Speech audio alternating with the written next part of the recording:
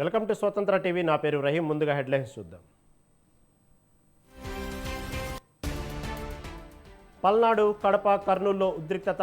Polling ముగిసిన తర్వాత కూడా పలు చోట్ల ఘర్షణలు.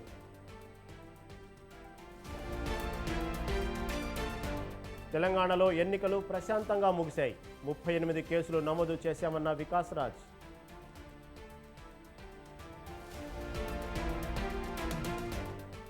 ఎన్నికల సంఘం పరిశీలన తర్వాత రీపోలింగ్పై స్పష్టత ఇస్తాం. ఈవీఎంలకు సంబంధించి కొన్ని సమస్యలు వచ్చాయన్న ఎంకే మీనా.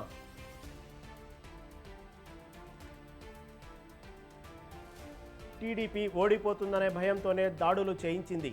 అధికారంలో ఉన్న తమపై దాడులకు తెగబడ్డారన్న సజ్జల.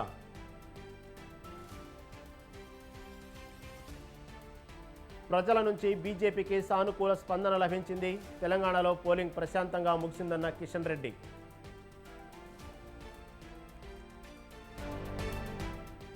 కేజ్రీవాల్పై అప్పీలు కొట్టివేసిన సుప్రీంకోర్టు. తాము జోక్యం చేసుకోబోమని స్పష్టం చేసిన సుప్రీం.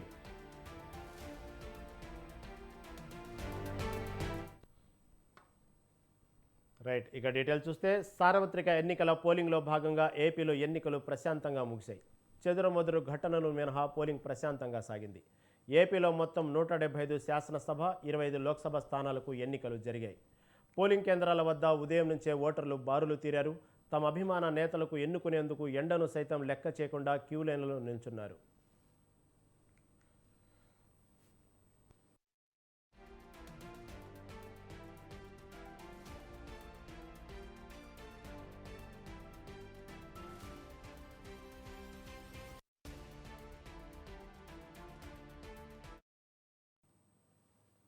పులివెందులలో సీఎం జగన్ దంపతులు ఓటు వేశారు. టీడీపీ అధినేత చంద్రబాబు, జనసేన అధినేత పవన్ కళ్యాణ్, లోకేష్, బాలకృష్ణతో పాటు ప్రముఖులందరూ తమ ఓటు హక్కు వినియోగించుకున్నారు. టీడీపీ అధినేత చంద్రబాబు ఉండవల్లిలో ఏర్పాటు చేసిన పోలింగ్ కేంద్రానికి సతీమణి భువనేశ్వరితో కలిసి చేరుకొని ఓటు వేశారు. టీడీపీ జాతీయ ప్రధాన కార్యదర్శి లోకేష్, ఆయన సతీమణి బ్రాహ్మణి అదే పోలింగ్ కేంద్రంలో తమ ఓటు హక్కు వినియోగించుకున్నారు. ఓటు వేసేందుకు జనం చూపిస్తున్న చొరవ మరవలేనిదన్నారు. మంగళగిరిలో పవన్ కళ్యాణ్ దంపతులు ఓటు వేశారు. ఇక ఏపీ కాంగ్రెస్ అధ్యక్షురాలు షర్మిల కడపలో ఓటు వేశారు. సాయంత్రం 5 గంటల వరకు 68% పోలింగ్ నమోదైంది.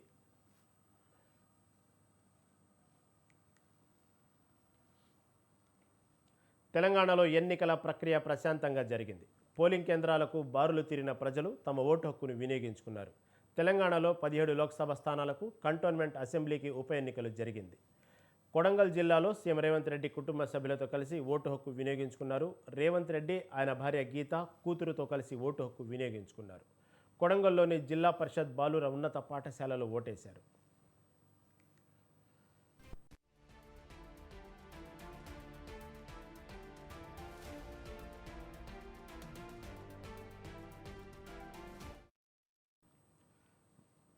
మాజీ ముఖ్యమంత్రి కేసీఆర్ ఓటు హక్కును వినియోగించుకున్నారు. కేసీఆర్ స్వగ్రామం చింతమడకలో కేవీఆర్ఎస్ జిల్లా పరిషత్ ఉన్నత పాఠశాలలోని పోలింగ్ బూత్లో కుటుంబ సమేతంగా కేసీఆర్ ఓటు హక్కును వినియోగించుకున్నారు. కేసీఆర్ వెంట మాజీ మంత్రి హరీష్ రావుతో పాటు పలువురు నాయకులు పొన్నారు.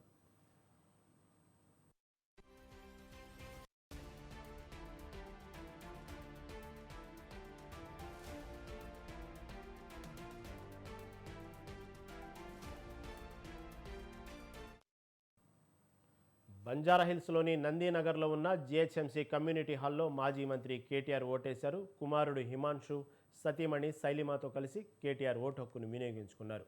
సిద్దిపేటలో మాజీ మంత్రి హరీష్ రావు ఓటు హక్కు వినియోగించుకున్నారు.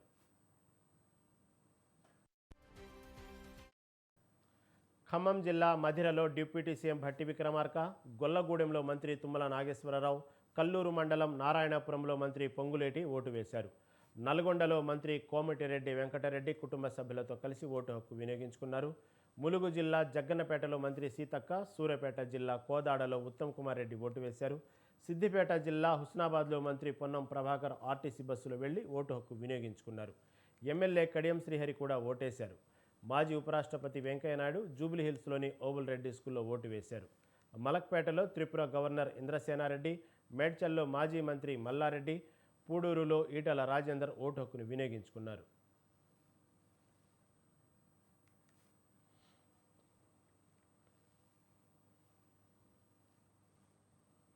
సార్వత్రిక ఎన్నికల పోలింగ్లో సినీ తారలు సందడి చేశారు.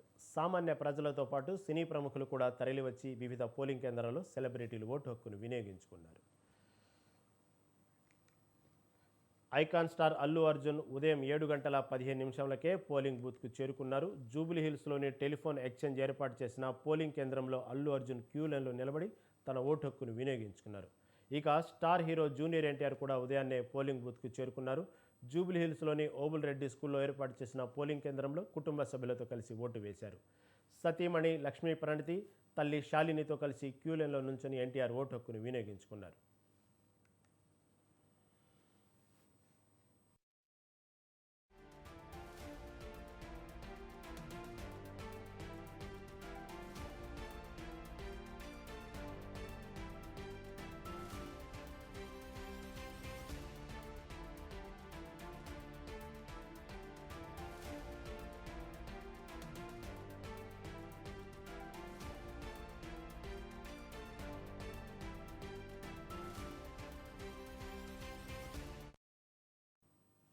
మెగాస్టార్ చిరంజీవి సతీమణి సురేఖ, కుమార్తె సుస్మితతో కలిసి వచ్చిన చిరంజీవి క్యూ లైన్లో నుంచొని తన ఓటు హక్కును వినియోగించుకున్నారు. దర్శకధీరుడు ఎస్ఎస్ రాజమౌళి దుబాయ్ నుంచి నేరుగా పోలింగ్ కేంద్రానికి వెళ్లి ఓటు వేసి తన కర్తవ్యాన్ని నిర్వర్తించినట్లు చెప్పారు. హీరోలు శ్రీకాంత్, నందమూరి కళ్యాణరామ్, అక్కినేని నాగచైతన్య కూడా హైదరాబాద్లో తమ ఓటు హక్కును వినియోగించుకున్నారు.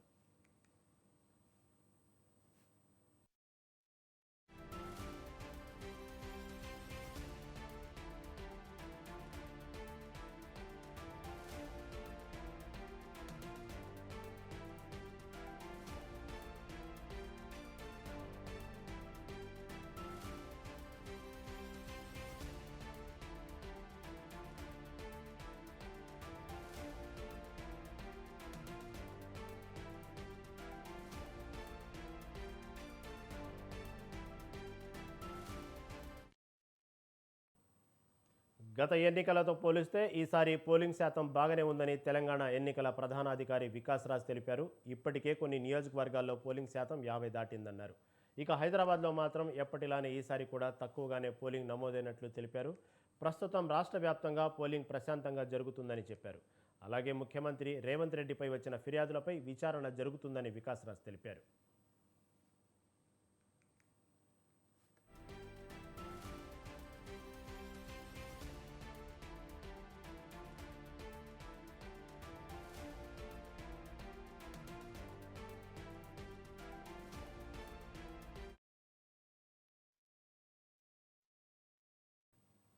ఈవీఎంలకు సంబంధించి కొన్ని సమస్యలు వచ్చాయని, ఓటరు జాబితా విషయంలో ఈసారి ఎలాంటి ఫిర్యాదులు రాలేదని అన్నారు ఏపీ ఎన్నికల ప్రధానాధికారి ముఖేష్ కుమార్ మీనా.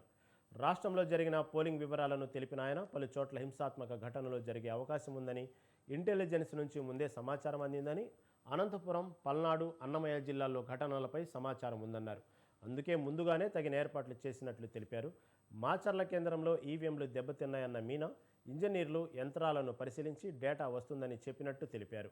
ఇదే నియోజకవర్గంలో 8 కేంద్రాల్లో యంత్రాలు మార్చి మళ్లీ పోలింగ్ నిర్వహించినట్టు ఆయన వెల్లడించారు. గొడవలు జరిగిన ప్రాంతాల్లో రేపు ఎన్నికల సంఘం పరిశీలన తర్వాత రీపోలింగ్పై క్లారిటీ ఇస్తామన్నారు ముఖేష్ మీనా.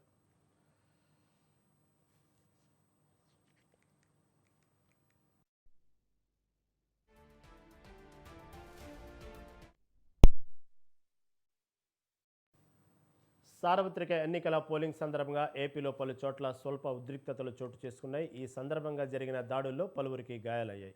అయితే ఈ గొడవలకు కారణం మీరంటూ వైసీపీ నేతలు, టీడీపీ, జనసేన, బీజేపీ కూటమి నేతలు పరస్పరం ఆరోపించుకుంటున్నారు.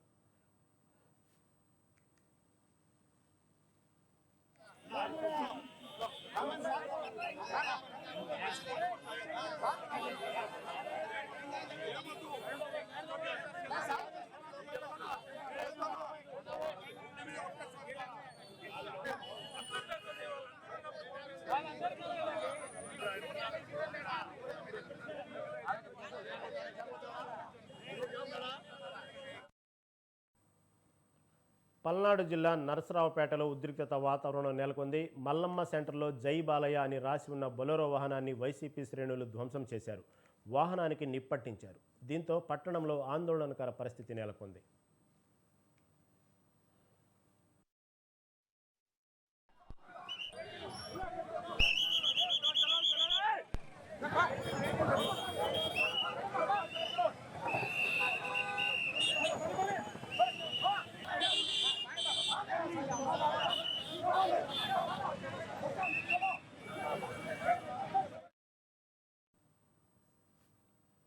అటు నంద్యాల జిల్లా ఫరూక్ నగర్లో ఘర్షణ జరిగింది. ఎమ్మెల్యే రవిచంద్ర కిషోర్ రెడ్డి కారును తెలుగుదేశం నాయకుడు తులసిరెడ్డి అడ్డుకున్నారు. ఓటు వేయడానికి వెళ్తున్న టీడీపీ ఓటర్ని అడ్డుకున్నాడని ఆరోపిస్తూ ఎమ్మెల్యేలతో ఘర్షణకు దిగాడు. దీంతో పోలీసులు జోక్యం చేసుకుని ఇరు వర్గాలను చెదరగొట్టారు.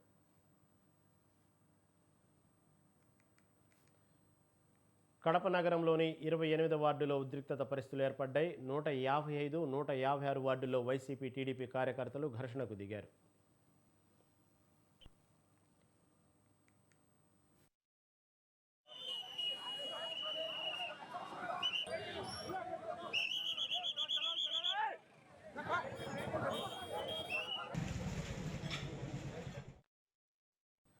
జమ్మలమడుగులోనూ ఉద్రిక్తత వాతావరణం నెలకొంది. పోలింగ్ ప్రశాంతంగా ముగిసింది అనుకున్న సమయంలో ఒక్కసారిగా తలెత్తిన ఘర్షణ వాతావరణం ఏర్పడింది. బీజేపీ వైసీపీ వర్గాల మధ్య జరిగిన రాళ్ల దాడిలో వైసీపీ ఎమ్మెల్యే సుధీర్ రెడ్డి తలకు బలమైన గాయమైంది.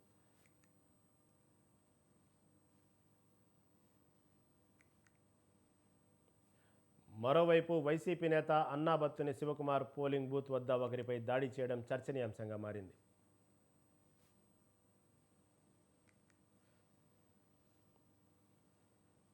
మొత్తంగా చెదురుమదురు ఘటనలు, ఓ మోస్తారు గొడవలు జరిగినా వెంటనే సర్దుకోవడంతో పోలింగ్ ప్రశాంతంగా సాగింది.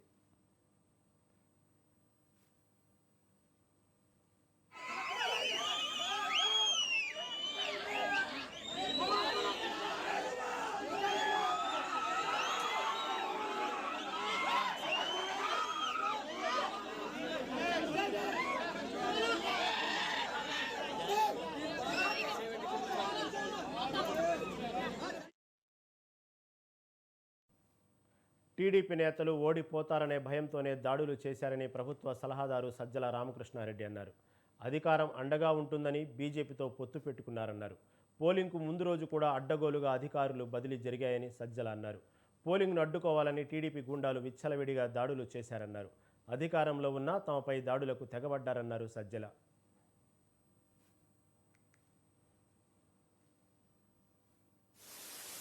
పోలింగ్ రోజు వచ్చేసరికి దాని డెస్పరేషన్, ఆ నిస్పృహ, ఆ నైరాశ్యం ఎంత పరాకాష్ఠకపోయినాయో, ఏ రకంగా తట్టుకోలేక రెచ్చిపోయాయో టీడీపీ కార్యకర్తలు అనబడే గూండాలు కానీ, లేదా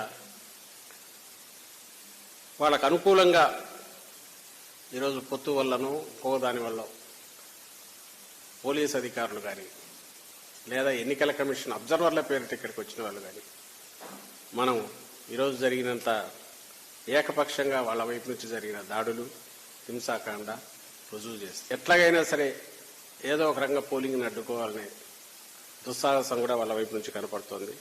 దురదృష్టకరం ఏంటంటే ఇక్కడికి వచ్చిన అబ్జర్వర్ల పేరిట ముఖ్యంగా మాచర్ల, పల్నాడు జిల్లా మీద అయితే ఆల్మోస్ట్ ఒక ఇనుప తెర చుట్టూ చేసినట్టే, బందికానాల్లో చేసినట్టే చేశారు. ప్రచారం దగ్గర నుంచే నిస్పృహలో కొట్టుకుపోతున్న తెలుగుదేశం పార్టీ పోలింగ్ రోజు వచ్చేసరికి దాని డెస్పరేషన్,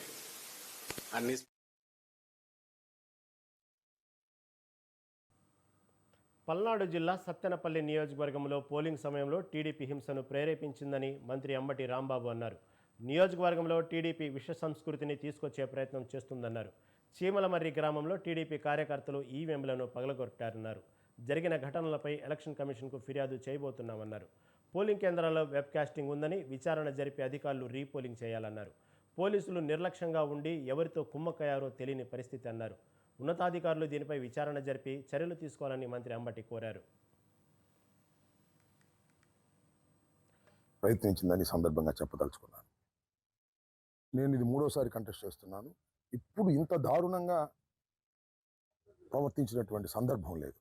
ఒక ఫ్రస్ట్రేషన్లో ఈ నియోజకవర్గంలో మేము గెలవలేమనేటువంటి ఉద్దేశంతో ఒక విష సంస్కృతిని తీసుకొచ్చేటటువంటి ప్రయత్నం చేస్తున్నారు. తొండపి గ్రామంలో, నానిపాడు గ్రామంలో, మరి చాగంటివారిపాలెం గ్రామంలో, మరి ఇంకా అనేక ప్రాంతాల్లో, గుళ్ళపల్లిలో, కుంకలగుంటలో, చీమలమరిలో అన్ని చోట్ల కూడా రాళ్లు వేయటం, ఈవీఎంల మీదకు వెళ్ళి ధ్వంసం చేసే కార్యక్రమం చేయటం, ఓటర్లను భయభ్రాంతులకు గురి చేయటం చాలా దుర్మార్గమైనటువంటి సంస్కృతిని తీసుకొచ్చేటువంటి ప్రయత్నం చేస్తున్నారు. దీని మీద పోలీస్ యంత్రాంగం ఖచ్చితంగా యాక్షన్ తీసుకోవాలని కూడా నేను ఈ సందర్భంగా కోరుతున్నాను. ఎస్పీ గారితో కూడా వివరంగా చెప్పడం జరిగింది. కొన్ని చోట్ల పోలీసుల అసమర్థత. రాజకీయాల్లో ఉన్నప్పుడు ప్రజల నాడి తెలుసుకునేవాడినని 2019 నుంచి సర్వేలు చెప్పడం మానేశానని మాజీ ఎంపీ లగడపాటి రాజగోపాల్ చెప్పారు.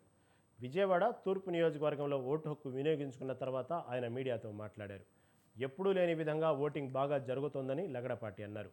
ఓట్లు వేయడానికి హైదరాబాద్ నుంచి ఏపీ ప్రజలు తరలి రావడంతో భాగ్యనగరం సగం ఖాళీ అయిందన్నారు.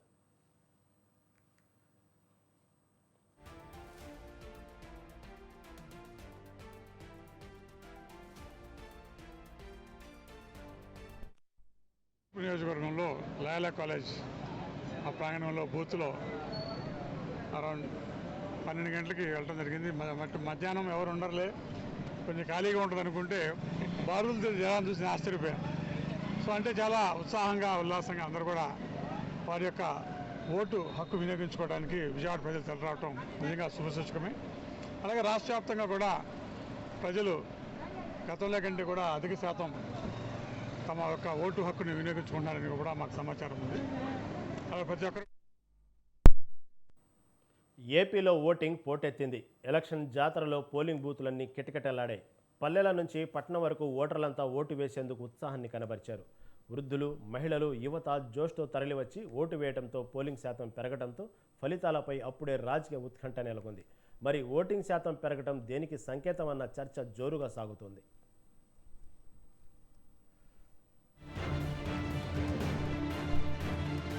ఏపీలో 175, అసెంబ్లీ 25, పార్లమెంట్ స్థానాలకు ఓటు వేయడం కోసం జనం పోటెత్తారు. ఉదయం నుంచే మహిళలు, వృద్ధులతో పోలింగ్ కేంద్రాలు కిటకిటలాడాయి. మండుటెండను సైతం లెక్క చేయకుండా జనం ఓటు వేసేందుకు ఆసక్తి చూపారు. మారుమూల గ్రామాలు మొదలుకొని పట్టణాల వరకు భారీ ఎత్తున ఓటర్లు తమ ఓటు హక్కును వినియోగించుకున్నారు. ఇక ఈసారి పొట్ట చేతబట్టుకొని వలస వెళ్లిన వారంతా కుటుంబాలతో సహా సొంత ఊరికి తరలి వచ్చి ఓటు వేయడం శుభ పరిణామం. ఇక ఈసారి కొత్తగా సుమారు 10 లక్షల మందికి ఓటు హక్కు కల్పించడంతో యువత కూడా అదే జోరుతో తమ ఓటు హక్కును వినియోగించుకున్నారు. దీంతో రాష్ట్ర వ్యాప్తంగా భారీగా పోలింగ్ నమోదైంది. 6 గంటల్లోనే 40.26% రికార్డు స్థాయిలో ఓటింగ్ శాతం పెరిగింది. మొత్తంగా ఈ పరిణామాలతో ఫలితాలపై ఎవరికి వారు లెక్కలు వేసుకుంటున్నారు. ఎవరికి లాభం, ఎవరికి నష్టమన్న అంచనాలు వేసుకుంటున్నారు అధికార విపక్ష నేతలు.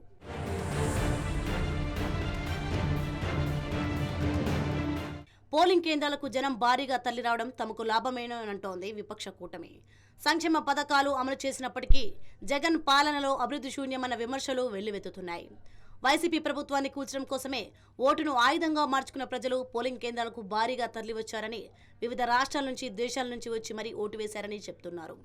యువత ఉపాధి లేక ఇతర ప్రాంతాలకు, రాష్ట్రాల నుంచి, దేశాల నుంచి వచ్చి మరీ ఓటు వేశారని చెప్తున్నారు. యువత ఉపాధి లేక ఇతర ప్రాంతాలకు వలస వెళ్లారు కాబట్టి వారు కూడా ఓటు వేసేందుకు ఉత్సాహాన్ని కనబరిచారని విమర్శిస్తున్నారు. ఇక తమ మేనిఫెస్టో ఆశాజనకంగా ఉండడంతోనే మహిళలు, వృద్ధులు భారీగా తరలివచ్చారని చెప్తున్నారు తెలుగు తమ్ముళ్ళు. ఫ్రీ బస్సు సౌకర్యం, 3 గ్యాస్ సిలిండర్ల హామీ, 4000 పెన్షన్ వల్లే వారు పోలింగ్ కేంద్రాలకు తరలివచ్చారంటున్నారు. ఇక సంక్షేమ పథకాల అమలుతోనే జగన్ పాలన కోరుకుంటూ మహిళలు, వృద్ధులు భారీగా ఓటు వేశారని అంటున్నారు అధికార పార్టీ నేతలు. పోలింగ్లో వాలంటీర్ల పాత్ర కీలకమని, తమ పరిధిలోని 50 ఇళ్లకు సంబంధించిన ఓటర్లను పోలింగ్ కేంద్రాలకు తీసుకురావడం వల్లనే ఓటింగ్ శాతం పెరిగిందని చెప్తున్నారు. ఉదయాన్నే వచ్చి ఓటు వేసి వెళ్లాలని వాలంటీర్లు సూచించడం, వారు పోలింగ్ కేంద్రాలకు తరలి వచ్చేలా ఏర్పాటు చేయడం వల్లనే ఉదయాన్నే పోలింగ్ కేంద్రాలకు ఓటర్లు క్యూ కట్టారని, తమ ప్రభుత్వాన్ని సంక్షేమ పథకాలకు కోరుకున్నారు కాబట్టే ప్రధానంగా వృద్ధులు, మహిళలు, యువకులు వచ్చి ఓటు వేశారని చెప్తున్నారు వైసీపీ నాయకులు. ఇలా ఎవరికి వారు చనాల్లో ఉన్నారు విపక్ష, అధికార పార్టీ నేతలు. మరి టగ్ ఆఫ్ వార్గా జరిగిన ప్రజాక్షేత్ర పోర్లో ప్రజలు ఎవరి వైపు ఉన్నారు, ఎవరికి పట్టం కట్టారు, ఓడేదెవరు, నెగ్గేదెవరు అన్నది ప్రస్తుతం ఉత్కంఠ రేపుతోంది. అయితే ఈ ఫలితాలు తేలాలంటే జూన్ 4వ తేదీ వరకు వేచి చూడాల్సిందే.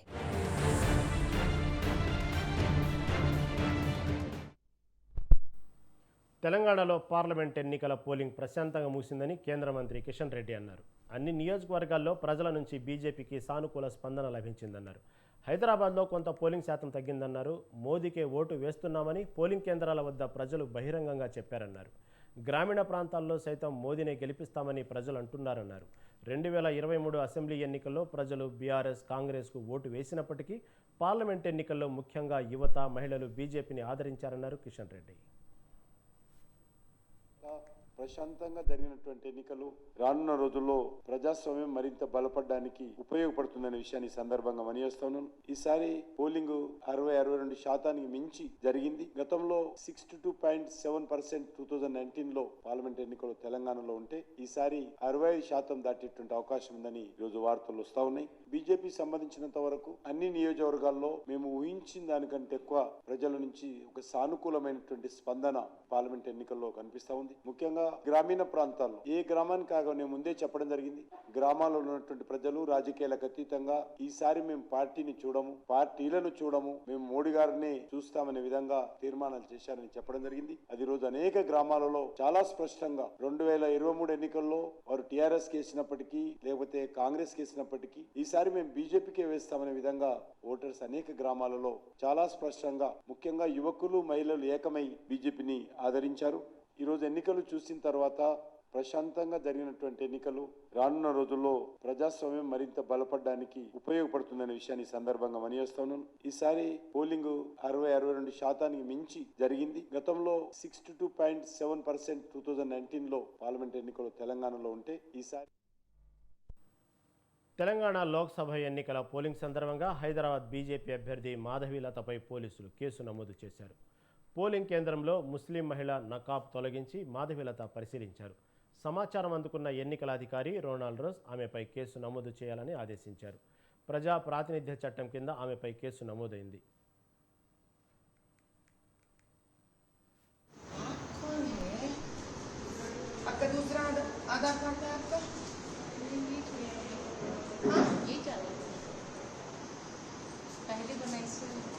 कितने साल पहले बना तो 38 ही होती है, मैं तो 44 ही इंटी वयस हो मैडम। नकाब नहीं खोलोगे तो वोटर आईडी कैसा बनता? जब आप नकाब नहीं खोलोगे तो पासपोर्ट कैसा बनता? जब आप नकाब नहीं खोलोगे तो आधार कार्ड कैसा बनता? तो एक आधार कार्ड के आधार पर नकाब खोल के दिखाना, जब पासपोर्ट में है, इमिग्रेशन पे है, वोटर आईडी में है, आधार कार्ड में है, वो नकाब निकाल कर दिखाना तो बोले इलेक्शन का। इसीलिए तो औरतों को ठहराया नकाब नहीं खोलोगे तो वोटर आईडी कैसा बनता? जब आप नकाब नहीं खोलोगे तो पासपोर्ट कैसा बनता? जब आप नकाब नहीं खोलोगे तो आधार कार्ड कैसा बनता? तो एक आधार कार्ड के आधार पर नकाब खोल के दिखाना, जब पासपोर्ट में है, इमिग्रेशन पे है, वोटर आईडी में है, आधार कार्ड में है, वो नकाब निकाल कर दिखाना तो बोले इलेक्शन का। इसीलिए तो औरतों को ठहराया नकाब नहीं खोलोगे तो वोटर आईडी कैसा बनता? जब आप नकाब नहीं खोलोगे। మరోవైపు ముఖ్యమంత్రి రేవంత్ రెడ్డి వ్యాఖ్యలపై బీజేపీ ఈసీకి ఫిర్యాదు చేసింది. ముఖ్యమంత్రి రేవంత్ రెడ్డి కొడంగల్ ప్రెస్ మీట్లో రాజకీయ అంశాలు మాట్లాడారని ఆరోపించారు. పోలింగ్ జరుగుతున్న సమయంలో సీఎం రేవంత్ రెడ్డి వ్యాఖ్యలు ఓటర్లపై ప్రభావం చూపించే అవకాశం ఉన్నాయని చెప్పారు. ముఖ్యమంత్రి ఎన్నికల కోడ్ను ఉల్లంఘించారని తెలిపారు. రేవంత్ రెడ్డిపైన చర్యలు తీసుకోవాలని ఈసీకి కోరారు.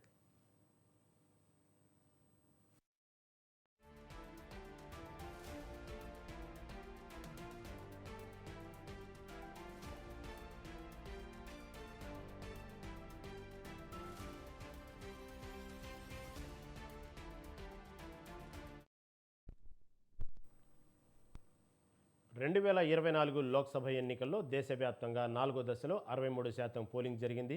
పశ్చిమ బెంగాల్లో అత్యధికంగా ఏకంగా 72% పోలింగ్ జరిగింది. చెదురుమదురు ఘటనలు తప్ప మొత్తం మీద ప్రశాంతంగా పోలింగ్ పూర్తయింది. బీహార్ 45.23%, జమ్మూ కాశ్మీర్ 29.93%, జార్ఖండ్ 56.42%, మధ్యప్రదేశ్ 59.63%, మహారాష్ట్ర 48.35%, ఒడిశా 52.91%, ఉత్తరప్రదేశ్ 52.45%, పశ్చిమ బెంగాల్ 72% ఓటింగ్ నమోదైంది. లోక్సభ ఎన్నికలు 4వ దశలో 9 రాష్ట్రాలు, శ్రీనగర్లో 96 స్థానాలకు, ఆంధ్రప్రదేశ్లో 25 పార్లమెంటు స్థానాలతో పాటు 175 అసెంబ్లీ నియోజకవర్గాలకు, ఒడిశాలో 4 ఎంపీ, 28 అసెంబ్లీ స్థానాలకు ఎన్నికలు జరిగాయి. ఉత్తరప్రదేశ్లోని 13 పార్లమెంటు స్థానాలు, పశ్చిమ బెంగాల్లోని 8, బీహార్లో 5, మధ్యప్రదేశ్లో 8, మహారాష్ట్రలోని 11, ఒడిశా, జార్ఖండ్లోని 4 స్థానాలకు, శ్రీనగర్ పార్లమెంటు స్థానానికి ఎన్నికలు జరిగాయి.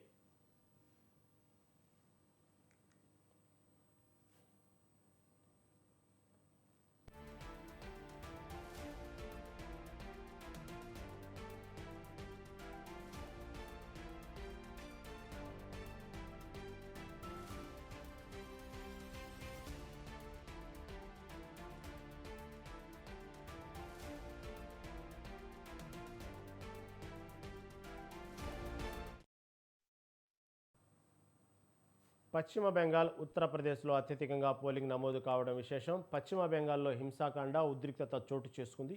లోక్సభ ఎన్నికల సందర్భంగా పశ్చిమ బెంగాల్లో పలు చోట్ల హింసాకాండ చోటు చేసుకుంది. దుర్గాపూర్, ఇతర చోట్ల టీఎంసీ, బీజేపీ మధ్య బాహాబాహీ జరిగింది. పోలీసులు జోక్యం చేసుకుని రెండు పార్టీల కార్యకర్తలను చెదరగొట్టారు. ఈ సందర్భంగా పలువురికి గాయాలయ్యాయి. బీర్భూమ్లో పోలింగ్ కేంద్రం వెలుపల ఉన్న తమ స్టాల్స్ను అధికార తృణమూల్ కాంగ్రెస్ కార్యకర్తలు ధ్వంసం చేశారని బీజేపీ కార్యకర్తలు ఆరోపించారు.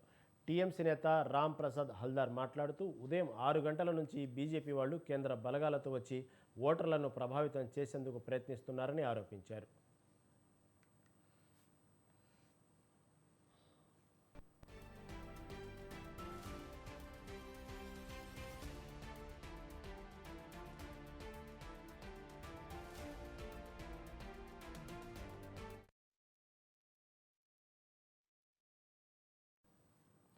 ఆర్ఎస్ఎస్ చీఫ్ మోహన్ భగవత్ నాగ్పూర్ లోక్సభ నియోజకవర్గంలో తన ఓటు వేశారు. మహారాష్ట్రలో 7 పార్లమెంటరీ నియోజకవర్గాలకు నేడు 4 దశలో పోలింగ్ జరిగింది.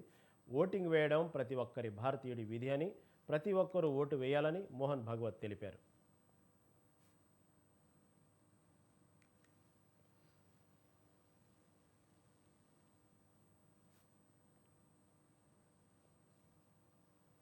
मतदान अपना कर्तव्य है और अधिकार भी है। मतदान से हम अपने देश का 5 वर्ष के लिए भविष्य निर्धारित करते हैं एक तरह से, और इसलिए सब लोगों ने मतदान करना चाहिए। देश के हित को ध्यान में रखकर अपना विचार स्वयं करके मतदान करना चाहिए। मोबाइल हटा ले, इसलिए आज नीचे कर ले। सबसे पहला व्यक्तिगत कार्य में ప్రధాని నరేంద్ర మోదీ బీహార్ పట్నాలోని గురుద్వారా పట్నా సాహెబ్లో సందర్శించారు. ప్రత్యేక పూజలు నిర్వహించారు. తర్వాత సేవ చేశారు. వంటశాలలో రొట్టెలు వత్తారు. వంటకాలను కలియబెట్టారు. లంగర్ భక్తులకు స్వయంగా వడ్డన చేశారు. ఆప్యాయంగా పలకరిస్తూ అందరికీ భోజనం వడ్డించారు.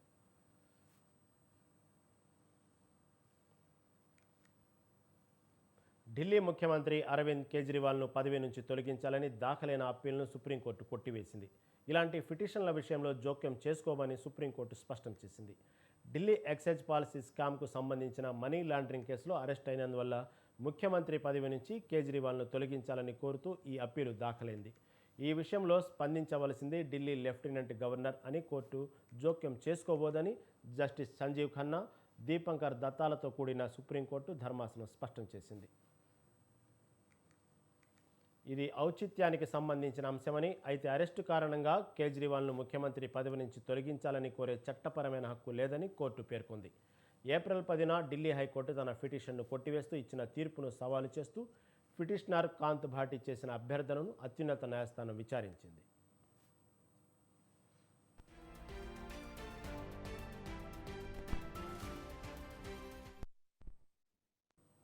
ఇవి ఇప్పటి వరకున్న అప్డేట్స్. మరిన్ని అప్డేట్స్ కోసం చూస్తూనే ఉండండి స్వతంత్ర టీవీ.